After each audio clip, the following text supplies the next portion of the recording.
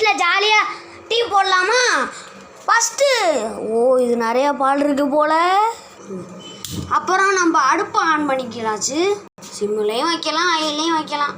இந்த பால் நிறையா இருக்கிற மாதிரி இருக்குது. சரி பரவாயில்ல, நான் 3 பேருக்கு போடுற மாதிரி டீ போட போகிறேன். வாங்க, எனக்கு தெரிஞ்ச மாதிரி நான் போடுறேன். இப்போ நான் 3 பேருக்கு தகுந்த மாதிரி பால் ஊற்ற போகிறேன். எனக்கு தெரிஞ்ச மாதிரி ஊற்றுறேன். கரெக்டாக ஊற்றுறேன்னா கமெண்ட் பண்ணிடுங்க.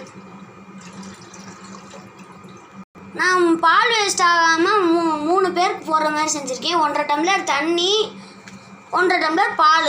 3 பேர் கரெக்டாக இருக்கும். எனக்கு மேக்ஸ் தெரியுமா? பால் நல்லா கொதிக்குது. ஏதாச்சும் சிக்கலாகிட போது எனக்கு பயமாக இருக்குது. ஓகே, நல்லா பொங்குனதுக்கப்புறம் நான் இந்த மாதிரி ஸ்பூனில் 3 ஸ்பூன் போட போகிறேன்.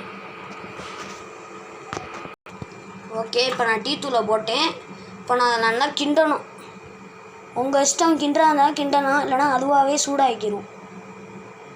நான் அந்த பாலை பொங்குற அளவு போட்டிருக்கேன். நீங்கள் உங்கள் இஷ்டம் போல் போடுங்க. இப்போ டீ நல்லா கலராக வந்திருக்கு. நான் இந்த மாதிரி ஸ்பூனில் 2 ஸ்பூன் போட போகிறேன்.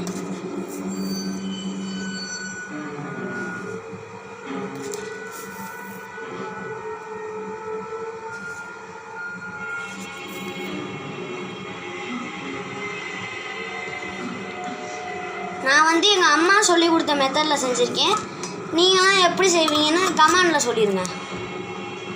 கொஞ்சோண்டு டீ தூள் போட்டிருக்கேன்னா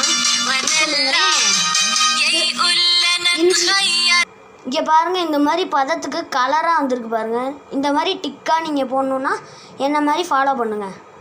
இப்போ நான் அந்த டீயை வடிகட்ட போகிறேன்.